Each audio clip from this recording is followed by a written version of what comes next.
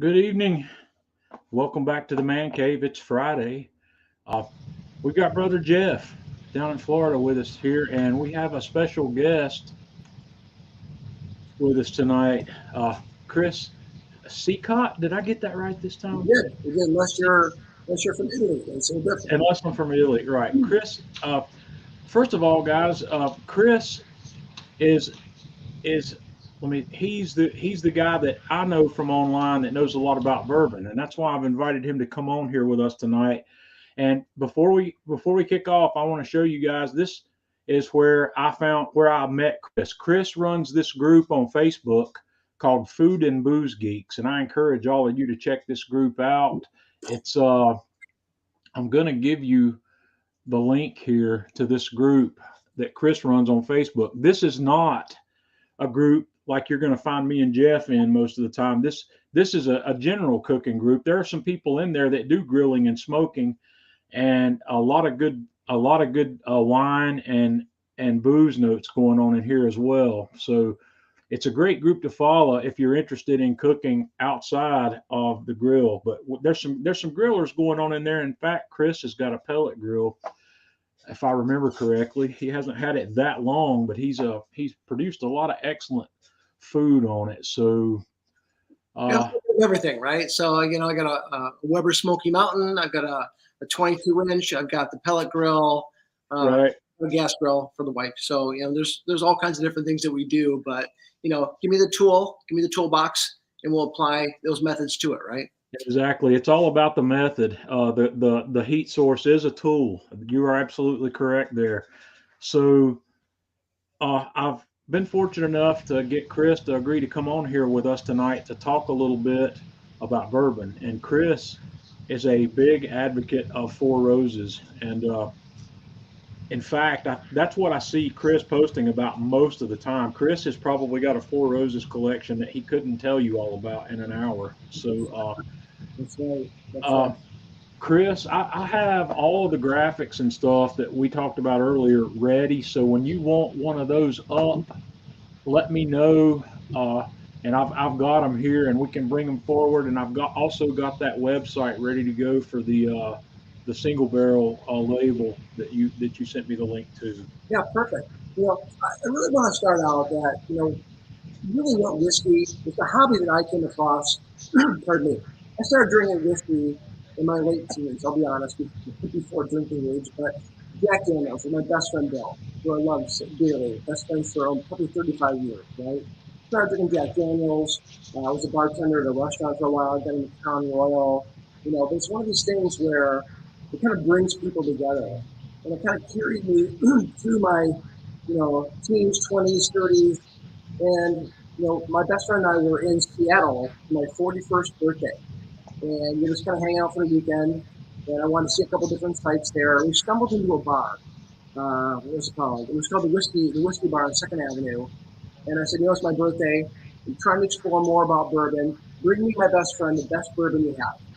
And he Oh brought boy, over the 120th. Actually should have brought a bottle out. I got one in the back. yeah. 125th anniversary Four Roses bourbon, Hmm. and it was unlike anything I've ever tasted. I've been drinking Bullet and a few other like really well-known brands, Eagle Rare, E.H. Hmm. Taylor. I'm trying to explore what I like, and as you've probably seen from my cooking, I love lots of flavor, right? Right. And I came across this Four Roses, and it just really has this deep rye flavor to it, and it's something I gravitated to immediately. So you've got that sentimental story, kind of that connection behind it, whiskey kind of bringing people together. So I just couldn't forget that. And I spent the next almost 8 years now just hunting down every bottle of Four Roses I can because I just love the story behind it. And we can post a link to the history later on. But just Okay. the flavor, I mean, just the community around it, it's just been amazing. Awesome. Jeff, are you drinking with us tonight? Absolutely. Jeff, you got the old seven going. No, no, Eagle Rare. You Yeah, got you the know, Eagle yeah. Rare out tonight. Well, I'm the odd person in the group, right? I thought at first maybe my palate is broken because people love Buffalo Trace. They love Hmm. Eagle Rare, right? They love a lot of the Weeders. And I love Weller products, which is kind of funny. But I have this really kind of weird spectrum where I like stuff way on the weeded side, like Weller 107 Antique, Foolproof, and so on. And I love high rye bourbon, and I love Right. rye as well. But stuff in the middle seems kind of weird. So I would say, like, I'm not a fan of Eagle Rare. And people would look at me kind of funny. I'm like, it's not that it's not good. I can't say because my palate is different than John, than yours, and Jeff. But for a long time there, I thought that, like, maybe I was the odd one out. Well, of course, everybody taste is personal. You know, it's just because Jeff likes Eagle Rare doesn't mean we're going to like it. What I want to talk a little bit more about that concept when we bring up that one graphic I told you that I had saved that you posted in the group the other day, because that is something I think everybody should see, because that's the kind of graphic that can help you figure out what it is you want to try. When you find something you like, that graphic can point you to other things that are close to it if you want to expand out from what you know you like already. Yeah, and I think that's a good point that you bring up, because for many years I would just buy any bottle I came across, and actually I wasted a lot of money because there were I've done the same thing. I didn't like. And what I found is, if you go on Facebook, if you go on the different social media platforms, there are local groups in your area, and they promote sample sharing, they promote meetups. Go and try and find a sample of what you've heard as a unicorn or whatever it may be, right? Get a sample of whiskey first before trying to find it at a retailer or on the secondary market, which is a big, whole other discussion. Okay. Along that thought line, would you recommend, even if you don't have access to a local tasting group where you can have that opportunity, would you recommend paying bar price for an ounce and a half of a Pappy if you wanted to try Pappy just once? Yeah, absolutely. Because you're going to pay $75, $125. You're going to get that unicorn pour. It's going to be the 10-year or whatever, 23-year pour. But you're going to avoid spending $2,000 on the secondary market for something that you're like, wow, this is not what I need it to be. Now, I'm not saying that Pappy 23 is terrible. Don't put me on the record to say that. Older Stetzer Weller juice is amazing, right? It's good. We all know that. The newer stuff, it's a totally different story. But I encourage everybody to get a sample, go somewhere, spend that. I mean, I was in Louisville one time with my best friend Bill. Again, we'd go places, we'd do road trips. And I wanted to try the Van Winkle rye. I love, again, told you, I love high rye bourbon. I love rye. And I spent like $75 an ounce on a couple ounces of this Van Winkle rye. I fell in love with it. Actually, I went and sought out a bottle afterwards. And thankfully, I got it. I didn't even know they had a rye version of that. 13-year-old rye. Yeah, it's the Van Winkle very special rye. I mean, I can bring it out here in a minute if you want me to. But it's one of these things. It's one of those off to the corner things, but if you like it, you like it. If you don't, you don't. So I was talking, I don't remember who it was I was talking to earlier about this concept of, one of my friends told me, actually they posted a picture recently on Facebook of some Pappy that they were having at a bar somewhere, and I said, I bet that was a pricey glass, and he says it was embarrassingly pricey. I said, but it's still worth it. Maybe your only opportunity to try it. It's kind of like maybe like A5 Wagyu beef. It's something you need to try once to figure it out. Yep. And if you love it, go and seek that bottle out. Go and make those local connections. You may get into a national group or something like that. But you'll know before, because you see stories in some of these different whiskey groups where people are like, wow, I saw it on a bottle of XYZ and I paid ABC for it, and I'm a bit disappointed. So don't do that. Again, try and seek it out. You may spend a little bit up front, but that will verify whether it's you that loves it or you don't. Again, your years vary, so it's hard to really kind of narrow in. But I always encourage that because of my experience. Again, lots and lots of bottles purchased, lots of bottles given away or sold below retail just because you can't have your stock that big, right? Like you, I like flavor, so I've not thrown anything away or given it away. It becomes cooking bourbon at that point. That's right. Yeah. And I've cooked with some expensive bottles of bourbon so far. But you need to do that, right? You just follow the crowd and say, well, everybody likes this. Because it may be great, but maybe your taste steers you in a different direction. Well, I've only been into the bourbon scene now for about an hour or a year and a half. It started, you know about it because I asked you about it. I said, I'm going to the Jack Daniels distillery. What do I need to look for? And you told me right then. And the guy that we took it was called the Angels Share Tour. It seemed like the nicest option they might have had.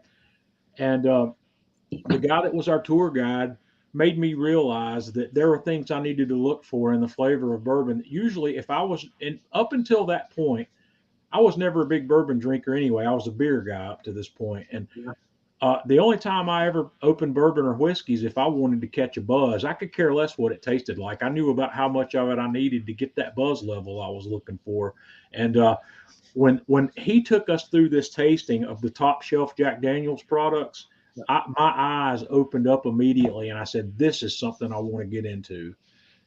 And just it's amazing, right? You look at it like distillers can only control so much, right? right, They determine the mash bill, the yeast, and so on, position in the warehouse, and then obviously Mother Nature takes care of weather. But you look at the barrel. So if you talk to any master distiller, they're going to tell you the barrel has a lot, if not the most influence on a whiskey, right? Because right, there is about 31 to 33 staves into a barrel, and that can come from 31 to 33 trees or one tree, right? I mean, right. it's a mixture. What do those trees experience during their lifetime, and how are they going to react over time? Is it going to be a leaker barrel, right? A lot of people talk about tiers, right? So when you look at, and this is a big thing within the Four Roses community, I guess we can probably get into this, right? You look at Jim Beam. I think they have 6-story rick houses. You look at Buffalo Trace. I think they're 5-story. Four Roses, single story, and they call them warehouses. I know rick houses, warehouses interchangeably, because if you look at the temperature variation between a first tier, and this is again Four Roses, so others may vary, but a first tier Four Roses and a 6th-tier Four Roses barrel, 6 to 7 degrees variation. Why Right. does temperature variation matter? Well, when you look at the seasonal, the different seasons that a barrel goes through, it breathes, right? Expands and contracts with the weather, and it pulls in air, it pushes out air, it sucks the juice, the whiskey into the wood, pushes it out. Years and years ago, because Seagram's owned Four Roses, they decided on single-story warehouses to limit the variation and produce a very consistent product. When you Right. look at other ones, like again Jim Beam or Jack Daniels and so on, who have 5- and 6-story warehouses or rick houses, I've heard stories about rotating, but they blend.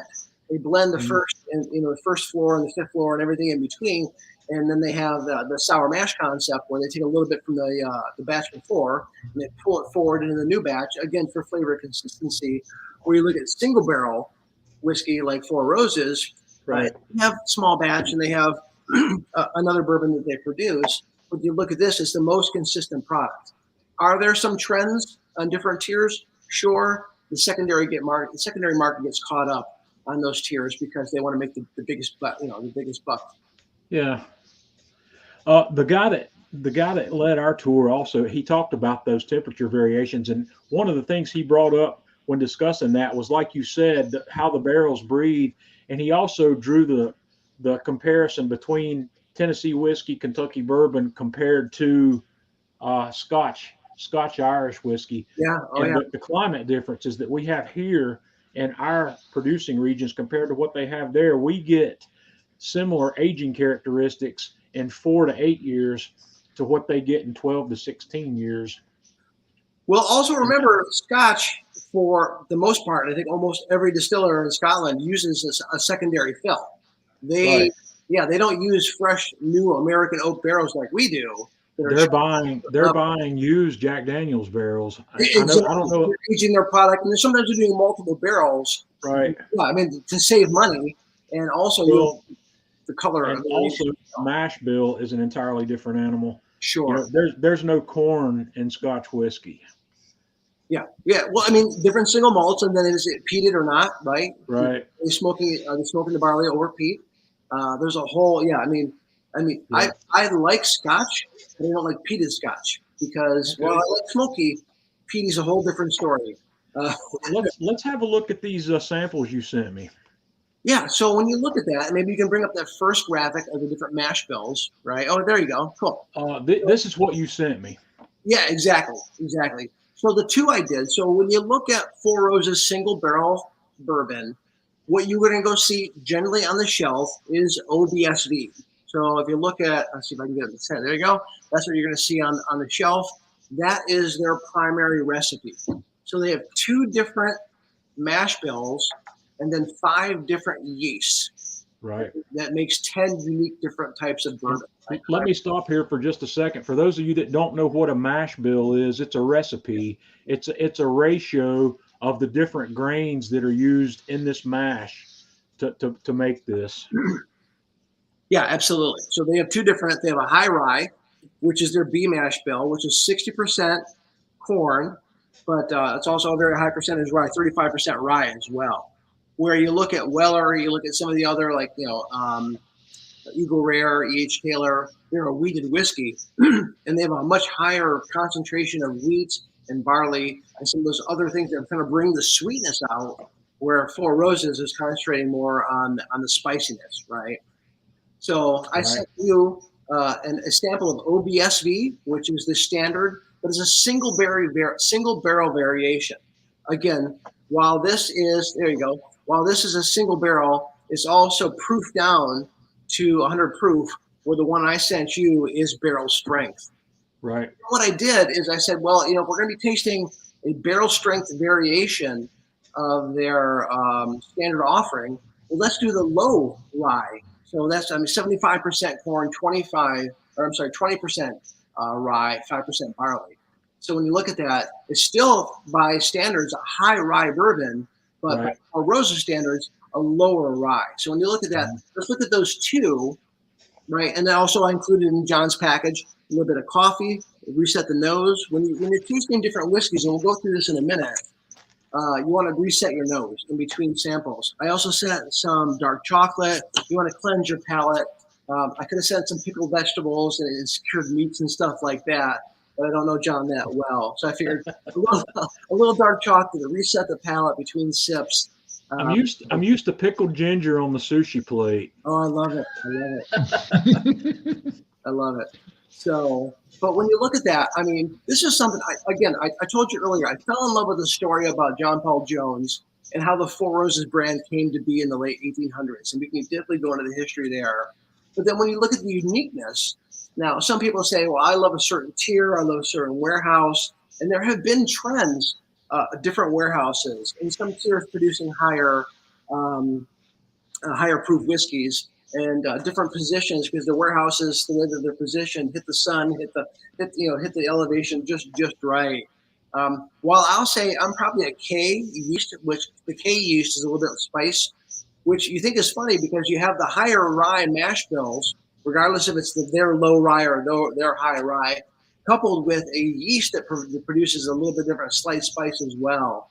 But I like the low rye, high spice yeast produced. So that's OESK. So again, I sent John a graphic. We've got that as well. But when you look at that, there's just so many different variations, and we can go through one by one. But what I want to start out was pretty simple, right? So when you look at that, I mean, we could have done all 10. I've got all 10 behind me here, but after about 5, your palate gets kind of blown out, right?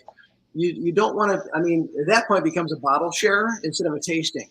And when I hold tastings for my friends, we do 4 or 5 bottles at most, because you really want to make sure that your palate doesn't get blown out.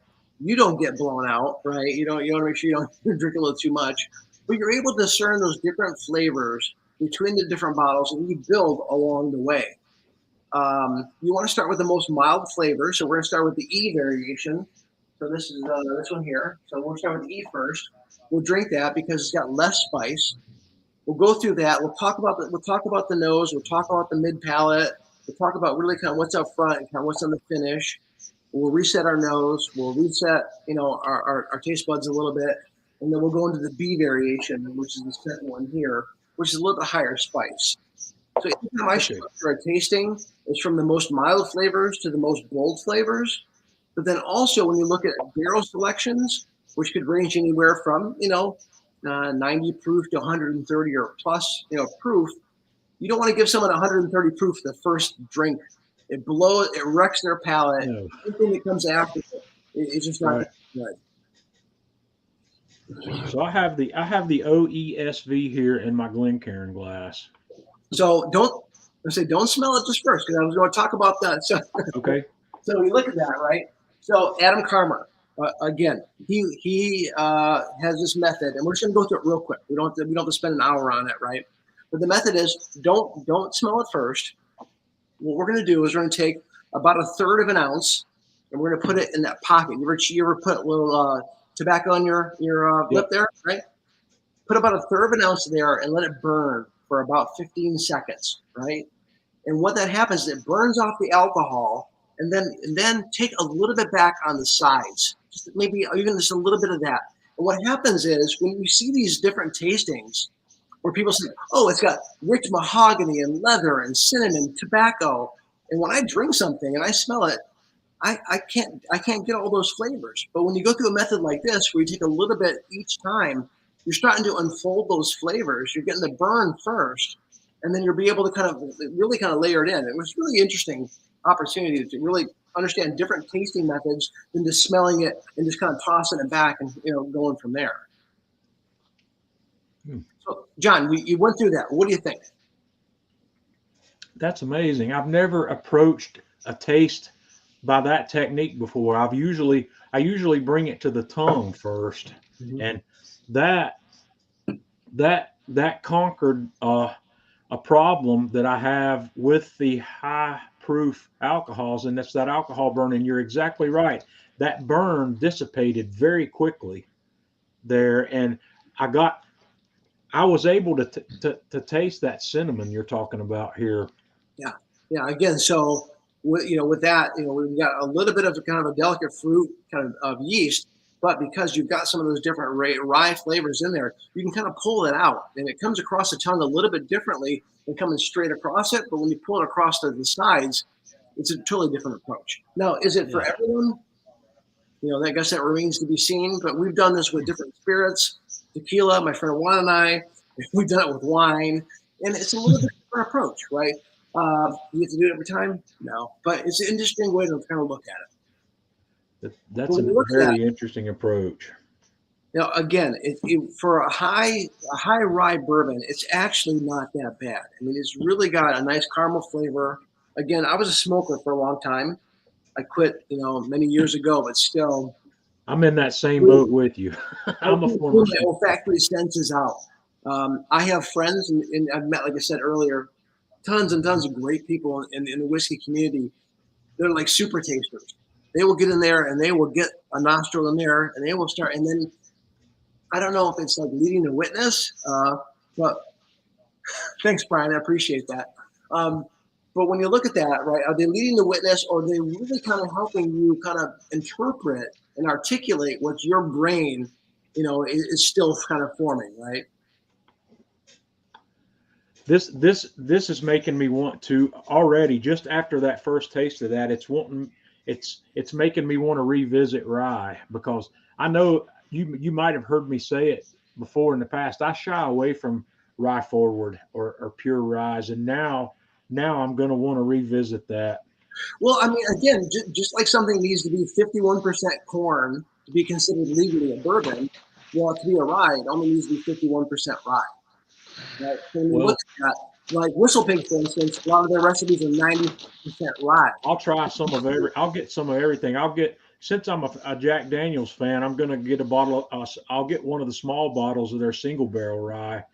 I think that's pretty much all rye, is it not? Yeah.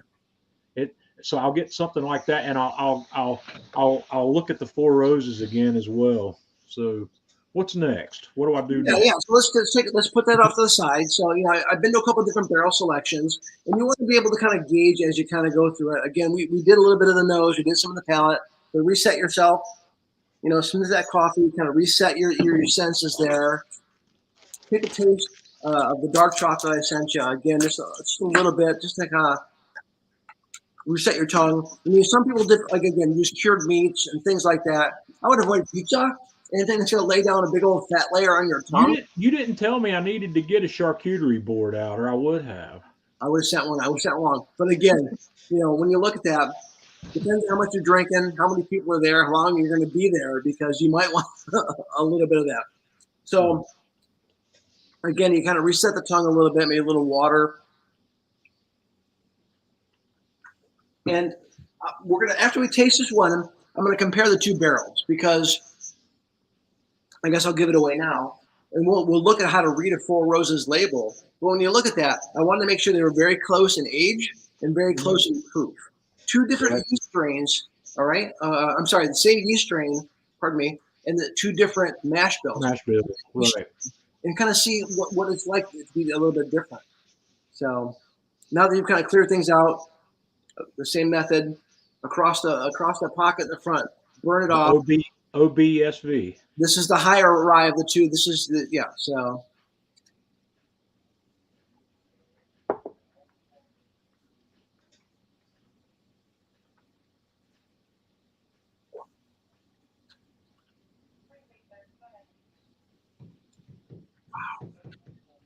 Wow. I mean, for me, I love that high rye flavor. I think maybe you probably would prefer that, and I'm going to be wrong here, but I think you would have preferred the previous pour, which really has some caramel in it, a little bit sweeter. This one, very, very distinct rye flavor. Came across. Yeah. There wasn't a lot of anise or dill, which is characteristic of a really high rye mash bill, where you're going to get something very, very dilly, or you get some anise in there. But it's just a lot of really nice flavors that are balanced with that corn. I mean, John, what did you think?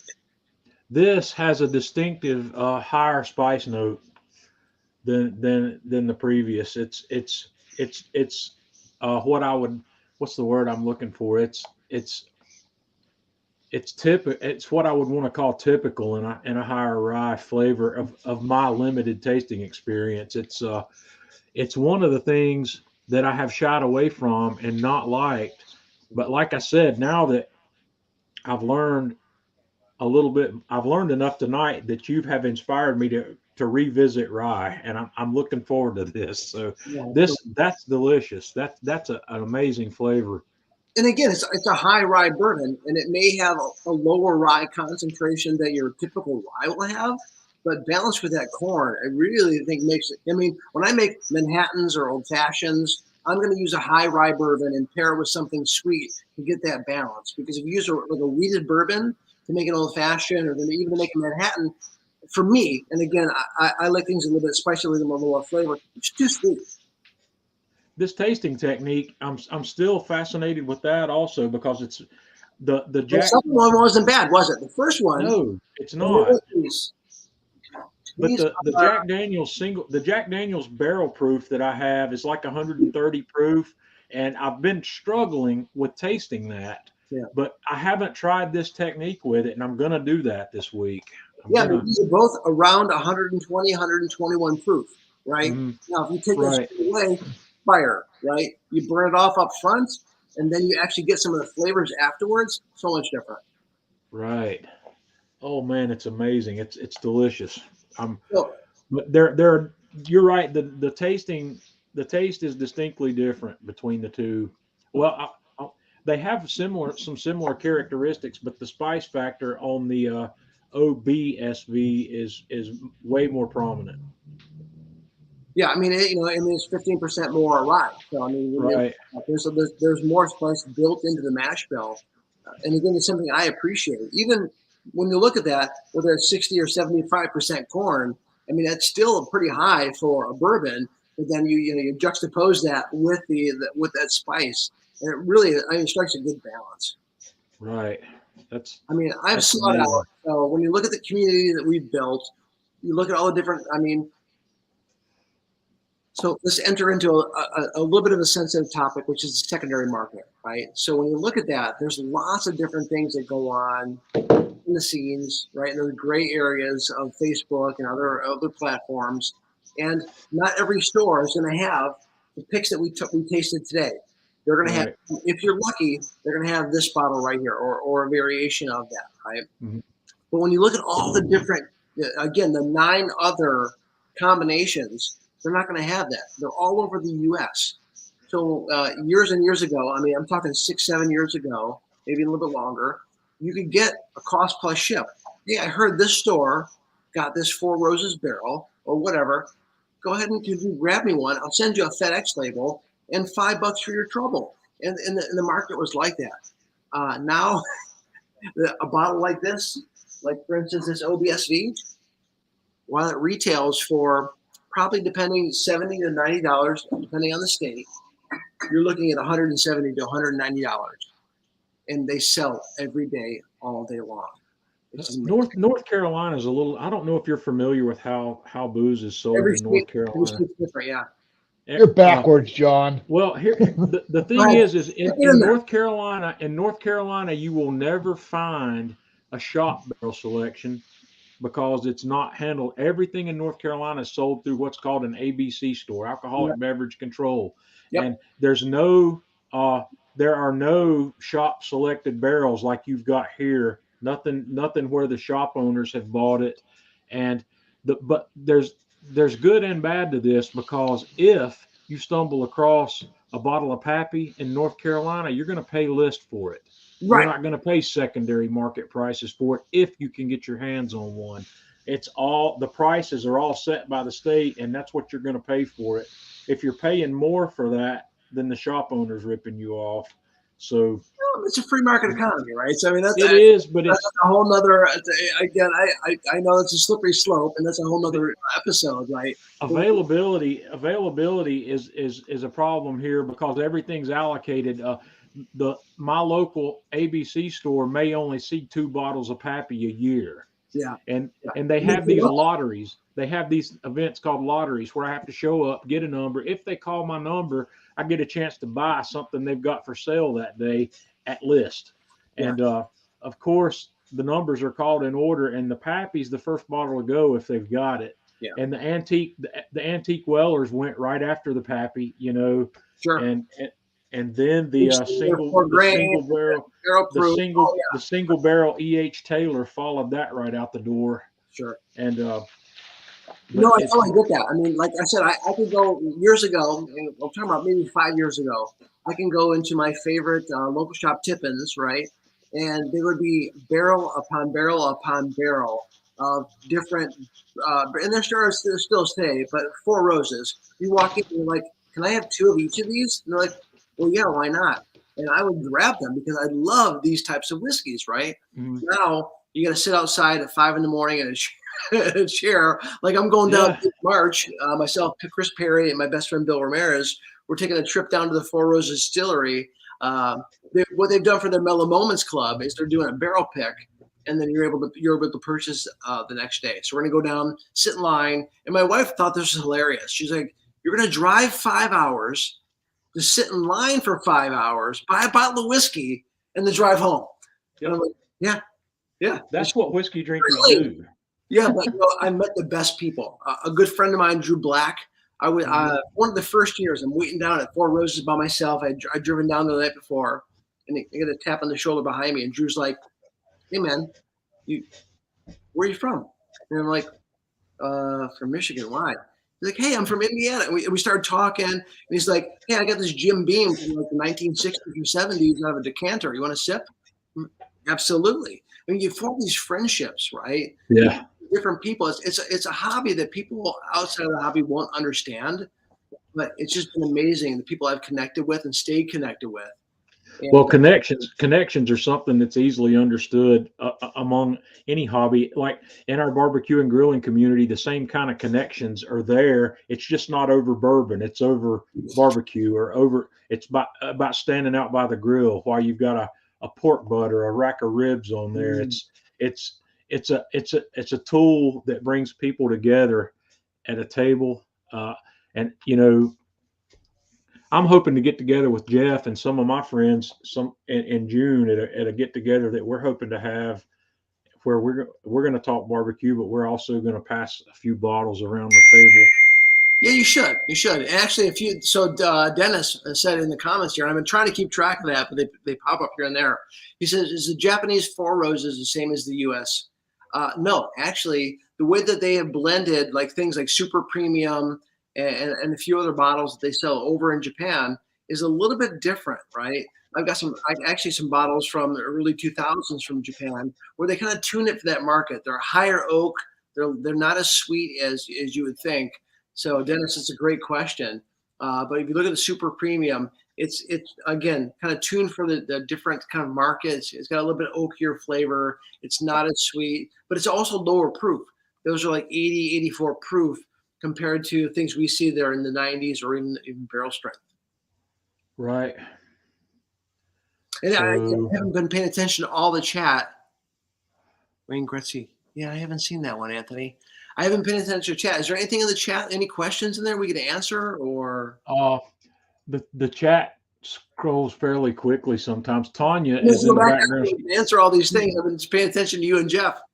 She is popping things up periodically as they come about, but she understands that we can't get them all. I'm getting some feedback from somewhere. What is that? Am I the only one hearing that? No, I heard it too. Yeah, no, I've got people texting me as well. Oh, okay.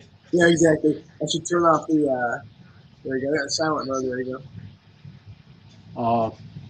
What kind of questions do you guys have for Chris? If you've asked it once, go ahead and pop it in here again, because we can readdress these things. Yeah, and it doesn't have to be about Four Roses, right? I mean, it can be about bourbon. Or Chris, let's look at another one of these graphics. Let's see.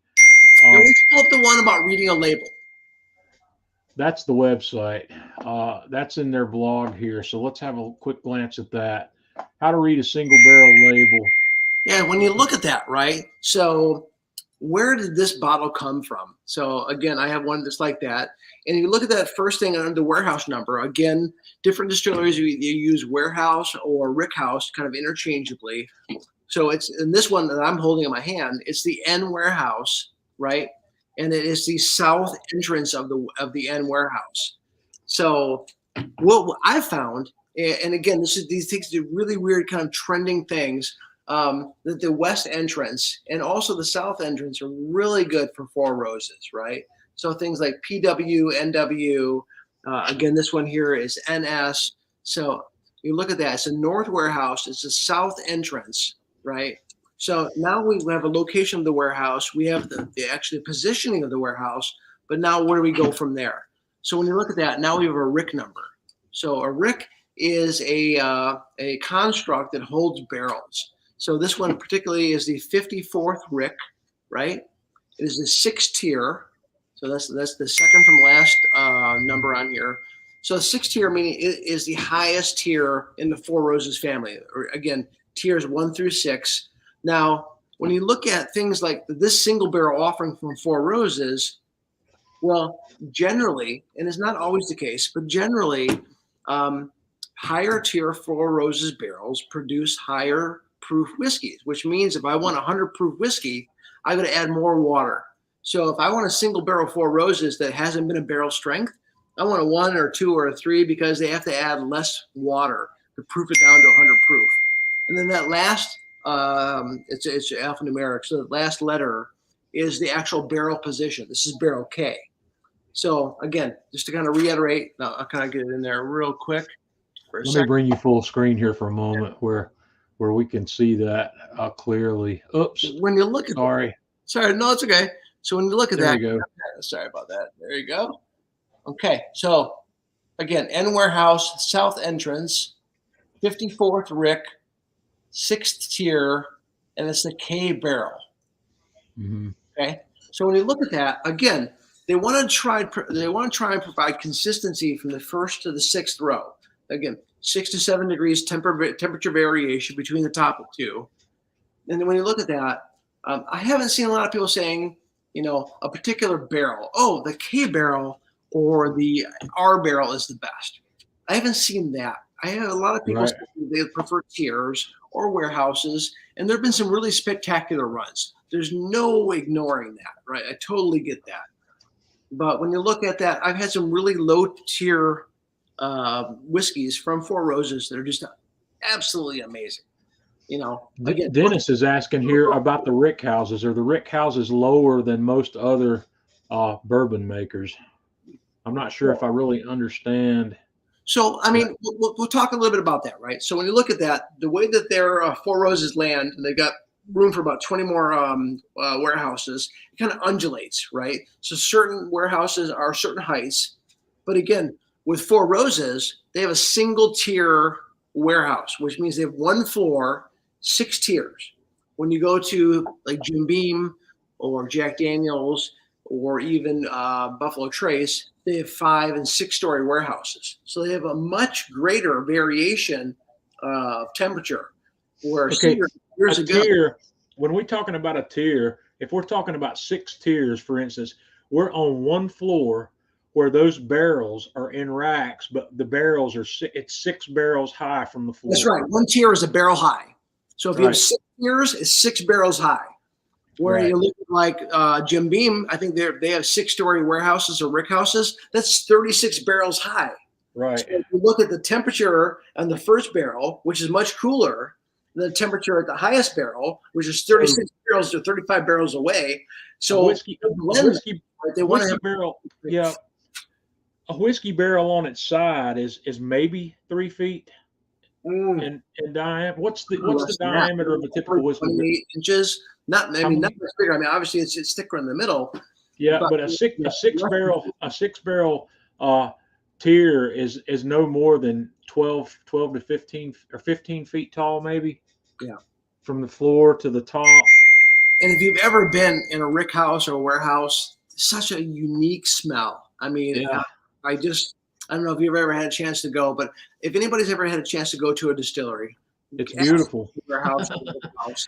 It's just I got this got to experience that at Jack Daniels. Yeah, and you know what I'm talking about. You know that smell. It's just, I think it's fantastic. What I didn't get to experience at Jack Daniels was the smell of the mash.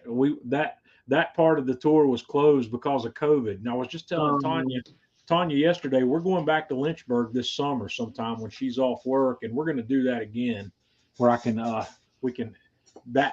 that's what I want to smell as a former home brewer of beer. Yeah, I know that there's some amazing aroma in that work kettle when you're cooking that, and I want to smell that at a distillery. I want to smell that as it's cooking. Yeah, and when you see that raw dog running through and going into the column still, and you see that, and you taste it right out of the raw. I mean, it's just such a unique experience, right?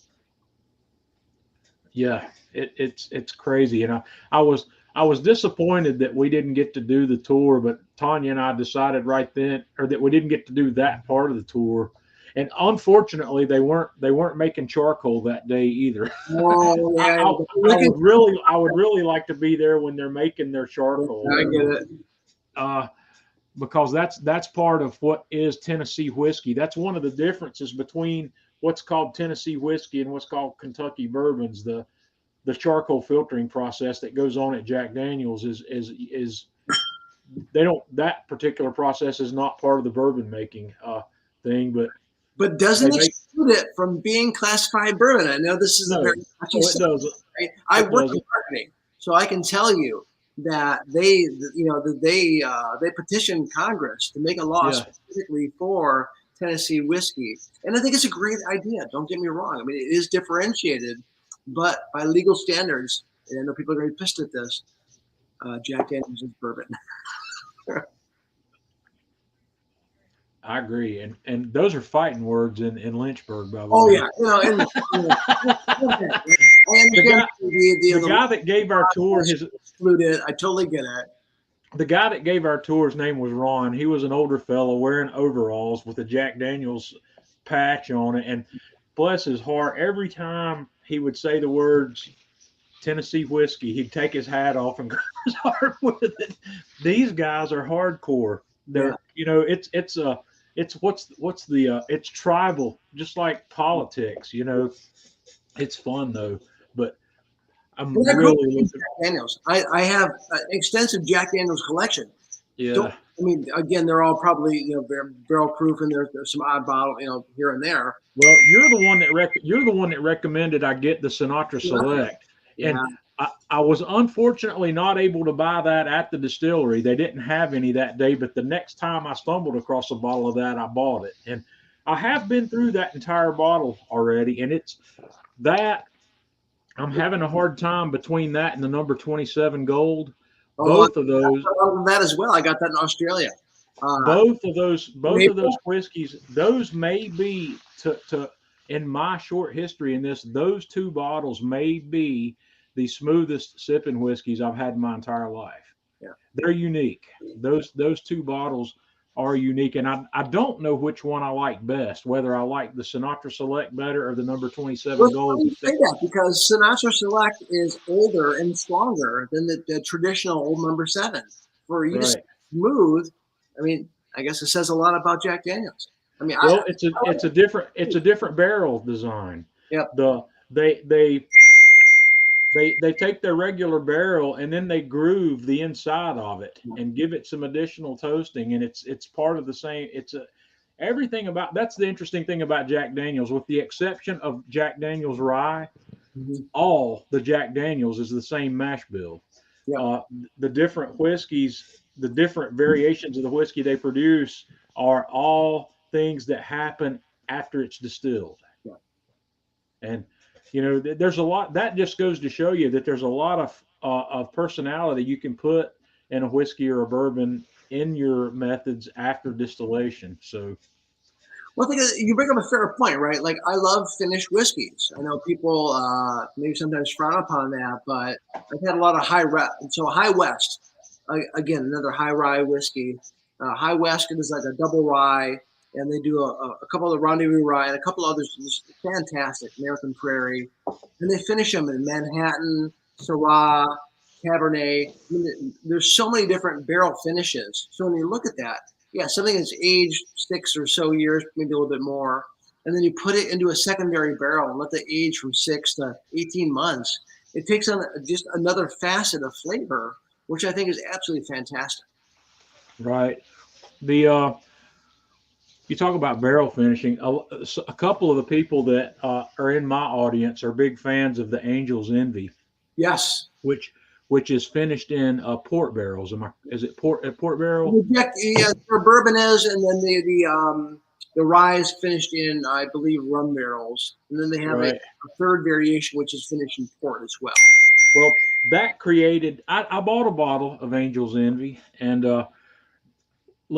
I've told some of these people here before about how I feel. Coming from a beer background, I used to absolutely hate beers that were cask finished, that were beers that were aged in whiskey barrels. Really? I did not like that. And the reason I've got a specific set of reasons for not liking it. I like beer. I love great beer. Yeah. And when you take beer and finish it in a whiskey barrel, it gives that beer a background note of whiskey when you taste it. But the charcoal in the barrel is creating that, and I'm asking myself, if I want that flavor, just let me have whiskey, let me have bourbon. I want my beer to be beer, and I want my bourbon to be bourbon. It's the hybrid. I have trouble with the hybrids. Here's a question for you about bottled and bond. Yeah, so Four Roses technically meets the standard for bottle and bond. This is something that Brett Elliott and the brand ambassadors have addressed. Yeah, it absolutely meets the aging requirement and also the proof requirement for bottle and bond. So yes, it's at this point. So in 1893, when people were selling turpentine that was aged with nails, so it looked like whiskey, and people were dying because of it. You needed a bottle and bond act to make sure that people could buy a product that wasn't going to kill them. In the year 2022, bottle and bond is a marketing tactic. So while it does it does meet the. That's an excellent point. Exactly. In this day and age, bottled and bond is not for our safety. It is a marketing term. Now, what like Chris said, there were a lot of nefarious whiskey makers back in the day, and this bottled and bond means that whiskey was aged in a bonded warehouse where the government controlled when that warehouse was sealed and when it was opened again. So that whiskey was not tampered with during the aging process, and you know that it was is it 4 years, Chris? 4 years. Bottled and bond? Okay, it's a 4 years. minimum of 4 years, Minimum correct? 4 years. And generally, if people want to get product to market, 4 years. Everything that comes out of that bonded warehouse is bottled at 100 proof. It is water filter, water blended. Proof down, yep. Yeah, to make it all 100 proof. So you know if you're buying bottled and bond, and this, like you said, I don't really know what significance it holds today, other than when you're buying 100 proof bottle of whiskey, and I mean, I don't know. Today, It looks cool on the bottles. It adds an interesting graphic to the bottle. No, it does. And they don't hear here, but you have a tax strip back in the day, right? That would signify whether it was a certain age or distilled somewhere or bottled and bond, and they were different colored tax strips. So yeah, people can look at a product and be confident in what it was. Again, Right. buy something that's going to kill you, and again, there wasn't some nefarious actors. So you know, but it looks cool. And if to your point, like Bullet and a couple others, they've invented this brand that was built in the 1800s. Well, the story goes back that far, maybe, but it's more about marketing. Again, an area that I know a lot about. They're really kind of built that brand, which is no problem as long as the product tastes good. Yeah, as long as they have a good story to go along with it. But again, when you look at products like Four Roses, there's a lot of truth behind that. Yep. So Jeff, John and I have been going back and forth about different things. I know you're kind of on the opposite end of the spectrum. Have you tried different whiskeys? Have you tried different? There you go. EHD bottle and bond. There you go. Oh yeah. I think that's the only variant that comes out of Buffalo Trace that's bottled in bond. Is it not? I don't know. I was trying to be a conversation. Jeff's been kind of a passenger along here. So Jeff, so you love Eagle Rare, right? You love that different flavor. How did you land on Eagle Rare? Did somebody come across years ago? Did you zero in on that after tasting a million different things? Tell us more about your story. I was just tasting around and stumbled across the Eagle Rare, and I liked it. I'm still a Jack Daniels fan. I like a lot of different bourbons and whiskeys. I mean, back in the day, I used to be, a hardcore Chivas fan. I guess we all were at one point. All us old Eagle moldy goldies. Chivas. Yep. That's cool. Okay. That's cool. Again, I tasted around. Like I said, I bought so many different bottles, and my wife would hate it because the new bottles would be showing up out of nowhere, and I'm like, I'm just trying to experiment and trying to understand what I like and what I don't like. And it was pretty expensive, but now I've kind of narrowed in on kind of a couple of different bands, a couple of different areas, which I really appreciate. Oh, so I need to try me some Four Roses. I have not tried that yet. Yeah, well, I mean, had I known, and John, shame on you, I could have mailed some over to Jeff as well. Maybe next time we'll do that. Hey, okay. I'm the redheaded stepchild. Don't worry about it. Chris, let's talk about this picture. This one. This, unfortunately, I don't know how well that's going to come up on my screen here. Let me see if I can figure out how to zoom that up a little bit. When you look here. at that, right? Very, very, very, very sweet or corn forward on the bottom, spicy at the top, right? Delicate, which means there's not a lot of influence from the different yeast, and then maybe rich, kind of different flavors. Again, I think the barrel, depending on where the barrel. What is experience really has a lot of influence. But right. The mash bill is. Where is our Four Roses in this chart? I think it is in the top. So it's going to be probably in the spicy category. It's in the upper left quadrant. Yeah, there you go. I see it. In the spicy. It's not as far out as the Basil Hayden's is. I haven't tried that. Can you comment on Basil Hayden since it's up there in the corner? That's one of the first bourbons that I tasted years ago. It's my friend Jim. Again, he's introduced me to sushi and different types of whiskey. So we're in a bar one time. I said, Jim, what do you? And he's like, oh, I love Basil Hayden. Again, very low proof, very kind of a flat flavor profile, easy drinking, right? Smooth, as my friend Darsh would love to say. So when you look at that, I got a little bit of that. I'm like, okay, this is interesting, but it's not what I like. I mean, I prefer, again, things that really have a standout flavor. So I started looking at different things like Russell's Reserve, a wild turkey product, which I think is on there. And again, I can't see it here. Russell's Reserve. Yeah, I don't know if it's on there. It's in the lower right at the top of that block. Yeah. Again, so by most standards, Russell's Reserve, most wild turkey products are a little bit higher rye than standard. So I kind of gravitated to kind of that quadrant, right? Well, I can definitely see where my faith lies in this chart. It's all in that lower right hand corner.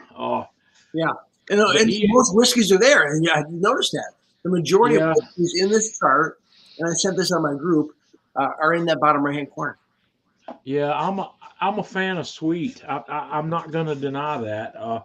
The sweetness attracts me more. Up until tonight, you have opened my eyes in a very short amount of time to the fact that I need to get my ass back in gear looking at rye again, and I'm gonna do that. So if anybody wants to start with a really, really good rye that is not necessarily like really intense, look at Pikesville.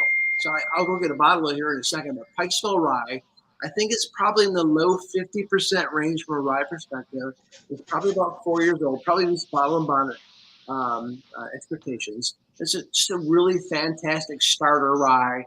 It's probably in the $30 to $40 range, but it's really good, right? The stuff I see regularly, the stuff I see most commonly in my shops is the Whistle Pig, the Bullet. 95% rye. That's a Canadian rye usually, so that's way over here. It's really, really rye. It's got really, really, I guess, very characteristic flavor of a type of rye. So I want to look. I want to find. All right, talk to me about this OBSV that we've been looking at tonight. What are some other possibilities that are in that same that you would put in the same family with that? Again, something like a Russell's Reserve, right? So again, a wild turkey product. Russell's Reserve is probably 60-some% rye, so it's kind of approaching that. That's one that I'm very, very, very familiar with. I guess once I got to a certain point where I knew what I liked, I kind of narrowed in. I went really wide at first, and then I've kind of narrowed in. But Russell's Reserve is one I really, really appreciate. And again, the different four rows of expressions as well. Okay. Russell's Reserve is something I need to get on my radar. I don't recall seeing that in my local shops. Is that a unicorn whiskey? No. I mean, I think that it's a white label with red lettering. Is there 6 or 7 year? Once it gets to 10 years old, I think it's red labeling with a white lettering, and that I'll respond back to the spread with that. But that's something you should be able to find in most shops, right? Russell's Reserve. Again, some of the younger expressions are good, but the 10 year plus is really, really fantastic. And I've had a chance to meet Eddie and Jimmy Russell at the distillery, get a bottle signed by them, and really kind of chat with them a little bit because, I mean, they've been around for quite some time. How about the Knob Creek? So what I've noticed with Knob Creek, right, and so distinctive, is a really kind of a peanut forward flavor with the different Knob Creek, especially as you get a little bit older, it develops this really, really nutty flavor. Okay. I'm trying to think of the things that I see on this chart that I have seen regularly in my local shops. Baker's, there's Booker's. If you're a Jim Beam fan, Booker's is the full strength version of kind of that. Baker's, it's really weird. I've only had Baker's once and give me a headache, but I can't tell if I was dehydrated or not. So the Michter's is easily available for me as well. Yeah, Makers. No, I mean Makers again. Something is readily available. It's not terrible. I used to fly all kinds. 6 to 8 flights a week for work, and Makers and Woodford Reserve were things were readily available on flights. They're not terrible, but they're really one-dimensional from a flavor profile. I thought like things that are a little more complex. Again, being from a Middle Eastern background, liking complex flavors, liking different levels of different kind of a matrix of flavor. I've gravitated towards the different bourbons and whiskeys that like that. Dennis Adams is asking, does Four Roses do a non-chill filtered bourbon? So I believe that all of their single barrel varieties are not chill filtered, right? I believe that their blend, both the regular old, I should have brought a bottle of that out. It's just called Four Roses bourbon. You should call it Yellow Label. I use that for cooking. I like that again, but it's a variation of their blends. All 10 recipes. That's chill filtered.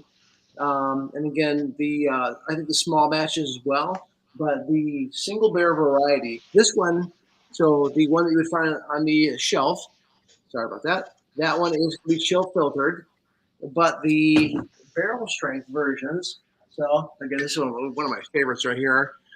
This is in a OESQ, so a little bit herbal flavor to it like that. This one is non-chill filtered. I like that flavor. Because when you're chill filtering something, you're pushing it through some sort of membrane, whether it's cotton or whatever it may be, and you're kind of pulling out some of the lipids, you're pulling out some of the different flavors, the natural characteristics of that barrel, right? And that's what I was going to ask you next. I was going to ask you to educate me because I don't know what chill filtering does in terms of bourbon. What is its purpose? So chill filtering is, again, it's done in a very cold fashion, but they push the whiskey through a series of cotton filters normally. So it's probably about that thick. They slide it into the tube and they push the whiskey through that before it gets to the bottling process. And what's it taking out? What's it filtering out? Impurities, they say. It could be like different bits of the barrel, some of the different oils. Is it for clarification? Yeah. Yeah, because if you look at a non-chill filtered whiskey and you take it in Michigan, and you put it out in the garage for a couple minutes, you'll see a little cloudiness, and that's okay. So it is for clarification. That's what I was curious about because beer has a similar concept. So when you hear cold filtered is a marketing term that the beer manufacturers use. So I'm guessing it's the same sort of process. It is. Okay. Anthony says you're a bourbon nerd. Well, Anthony, I appreciate that. I've been a nerd all my life. He says he means it in a nice way. No, I appreciate that. I work with computers. I have for over 30 years in many different areas. So being called a nerd or a geek. That's a compliment. We take that as compliments in the IT industry, I know. So, yeah. my wife's top nerd, and she'll raise her hand a minute and claim that. I guarantee it. It's a badge of honor at this point, right? Yeah. So, all right. Well, we're at our hour, and I don't want to run too long. Does anybody else have any questions that we need to address here with Chris or Jeff or myself before we call it a night? Let's see. Yeah, Anthony also says we say bless your heart down here in the South. But you can say anything you want. No, you can say anything you want about anybody down here in the South, and if you follow it by bless your heart, it's okay. You can get. It's confusing by Northern because bless your heart could mean this, or bless your heart could actually mean. Chris, my buddy Steven's got a question here for you. Have you tried Davidson Reserve 4-grain? No, I haven't, but I have tried a couple other 4-grain whiskeys, and they actually have a very unique flavor, right? You get a little banana in there from the high wheat. You get a little bit of rye in there. I mean, they're really actually some of the different. So I have EH10 or 4-grain, and it's actually a pretty fantastic pour, but it's really, really unique, right? So I did Laws. So it was when I did my group probably about 2 weeks ago, and it was like 3.5 years old. Because of the 4-grain characteristics, and they proofed it down just a little bit. It was really actually a fantastic pour. Banana. You mentioned the term banana, and I want to say for a moment here, I have had a couple of drinks with a banana hint to it, and I want to ask you: is that a function of the yeast in bourbon as it is in beer? When you get a banana characteristic in a beer, it's almost always because of the yeast strain that was used to ferment that. So that's a good question. So I am not someone who has either distilled or actually brewed my own beer. what I've found is it's usually a combination of the yeast and the actual high wheat content.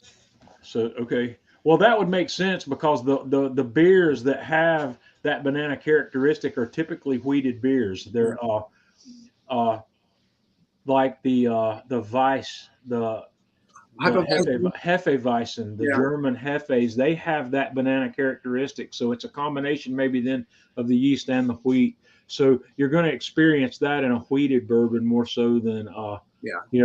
something else. Okay, well that makes sense. So it's a combination then maybe of the wheat and the yeast where you're getting that. All right. So, John, I want to say thank you so much for inviting me. This was actually a fantastic time. I really had a really good time talking with you. And we want to go, I mean, it could be outside of Four Roses. Again, this is my area of expertise. But if you want to examine different stuff, I could be a regular guest. Don't be afraid to invite me back. Awesome. I appreciate it because we'll do it. Like I said, I'm trying to educate myself, and my current situation is I'm trying to go through all this extra stuff that I've bought, and I'm trying to simplify. I'm working on something similar to maybe to what you've done with Four Roses. I've decided currently, and Four Roses is gonna after tonight. I think Four Roses is going to become part of what I keep in my cabinet, hopefully. But I'm drinking up everything I bought, all the fancy stuff that I've gone chasing. And I'm gonna simplify my cabinet to the things that I love. And where we are on that is this: I am a huge fan of the Jack Daniel's Single Barrel Select. I love that whiskey. I'm as far as a basic Kentucky bourbon, a typical Kentucky bourbon goes. Say what? Kentucky whiskey. Kentucky whiskey. You don't call it Kentucky bourbon, they call it Kentucky whiskey. Okay, well, I'm also a fan of the Knob Creek. I like especially the 12-year-old, which is a little bit hard for me to get. Yeah. But I'm going to bring the Four Roses back into the loop. I'm going to revisit this now that I have learned how to taste that. And I thank you so much for teaching me how to do that because I might not have revisited it had we not had this conversation tonight. I mean, you have to look at it different ways, right? You have to really kind of again, there's a really traditional way of just kind of taking something and slugging it back. And then there's another way of really kind of peeling back the different layers. I would have never known it. I learned it. I thought it was fantastic. But when you look at different like whiskeys where you bought something that's not fantastic, maybe in a future episode we could look at cocktails and say what to do with cooking or cocktails with those whiskeys that you bought that are fantastic, or at least right. One other piece of advice I've gotten from you, I think I got it from you, that I want to share with our audience tonight is when you do find something you like and you want to experience other things that are similar, the best thing you can do is get on Google and see if you can find out what the mash bill is for what you like. And when you figure out what that mash bill is, go look for mash bills on other whiskeys and bourbons that are close to what you've experienced, and you will find another bottle that you like. And then that will also help you figure out what you don't like. If you find something you don't like, see what its mash bill is and see, maybe I want to stay away from that. Maybe I want to gravitate more towards this. And also, Chris specifically asked me tonight, he says, do you have Glencairn glasses? A Glencairn glass is a glass that's this shape. Are these made in Scotland? Are these Irish? They originated there. Yes, you're absolutely. Okay. These are a crystal wine or crystal bourbon or crystal tasting glasses, and the shape of these glasses is designed to help you with the aroma, with the nose on these bourbons, whiskeys, whatever. And they're not very expensive. And if you want to experience that, I highly recommend picking. I bought a pair of these that came in a nice little box. I paid $30 for that pair, Chris? Something like that. You probably have. I mean, something like that. I have, and my wife will tell you, I have too much glassware. So I totally get that. But again, like you said, it's to the experience, and she doesn't totally get that. So well, I can appreciate that from beer as well. Right. Beer, you don't some beer manufacturers will tell you you need a specially shaped glass, like Dogfish Head's going to want you to have their glass. Yeah, And, there's 20 different beer and glasses. oddly enough, the Dogfish Head glass is slightly shaped like a Glencairn glass. But It concentrates the aroma, right? I'm sorry. yes, it does. Pulls it all together. And part of the tasting experience is the nose. So you've got to have that. And these glasses, I highly recommend picking up a set of those. When you're tasting something new, that's the glass to do it in, because it does help concentrate that aroma. It's easy to swirl it around and get that nose in a glass with a narrower opening on it. So I totally get what you're saying. When you kind of pull that together, you introduce that air in there. It does pull the different flavors and the aromas out. Right. So, all right. Chris, I appreciate you coming on. Don't thank me. I thank you for giving me your time tonight, because even though this is not barbecue, part of what Jeff and I do here every week is we have a drink, and we open up you've been here before. We open up every Friday night with a drink, drinking something different, maybe something different, maybe not, and everybody's having a drink with us. This is like we do a Friday night. It's like a fireside chat or an after dinner conversation, very informal. And I once again, I thank you for joining us, and we'll have you back on. We'll come up, you and I'll come up with some ideas of some more specific things we can talk about, because I'm learning. I'm a noob. I'm ready to admit I'm a noob in the world of bourbon. I don't know a whole lot. I know a couple of things that I like so far. I know a couple of things I don't like so far, but I'm game for learning a lot. And you can be our go-to guy when it comes to learning about bourbon and whiskey. Yeah, no, I look forward to it, and we'll learn together, right? All right. I appreciate it. Thanks, everyone. We really appreciate your time. I appreciate the invite. Awesome. Chris, thank you. Jeff, let me before we go, let me bring my wife back in here. Tanya, are you drinking with us tonight? I was drinking with you. Were you drinking ginger ale again? No, I was drinking coffee. Okay, Tanya's a coffee nerd. We have a coffee maker that makes some amazing coffee that we're gonna make a video on that guy real soon here. It's called a Jura, and it makes some fantastic coffee drinks and milk drinks, and hopefully I'm going to get my video together for that in March. So Anthony says Chris needs to fly down to Atlanta and meet everybody at Atlanta Grill Company. Let's do it. I'm in. Well, yeah, Chris, if we had Chris in the hotel with us during that event, we would probably all end up in jail. It would get out of hand real quick. I can feel it. Jeff, don't you think? I'll take it as a compliment. No, it'll be fine. We'll like it, she said. Yeah. Okay. Well,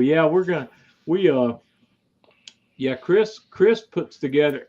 Chris is an amazing cook by his own right, guys. You're going to have to, like I said, where did I put my thing here? Join. Let me get this back up here one last time. Oh, I had it up there already. Sorry. That's a bad link, by the way. This link is the one, facebook.com/groups/food and booze geeks. That's Chris's group. And if you forget it or want to ask me later, ask me. I'll link you out to Chris's group. There's a lot of fun people in there, and you're going to see some amazing cooks that are not all or mostly not barbecue related. Chris, the name's escaping me at the moment. What's the lady's name that does the chocolate? So Jody Tyrus. Oh man, guys, chocolates. She does some amazing stuff. I mean, this woman is a Picasso of chocolate. Yeah, absolutely. Oh man, she makes stuff that just I have to clean my keyboard, the drool off my keyboard after she posts pictures, and seriously, it's just crazy. It's crazy how talented. There's some amazingly talented cooks on that group, and you owe it to yourself to look outside the grill grates occasionally and see what's going on over here. So yeah, really trying to take a wide spectrum and really trying to understand what people are doing across the board, whether it's apps or mains or dessert or whatever. Really try to look at tasty stuff. Yep, it's crazy, guys. All right, we got to wrap up here. We're going a little long, which we do tend to do here. So, everybody, have a good week, and come back with us next Friday. I'm not sure what we're going to talk about next Friday yet, but I will let you know. So, until then, everybody, have a good week. See See ya. y'all.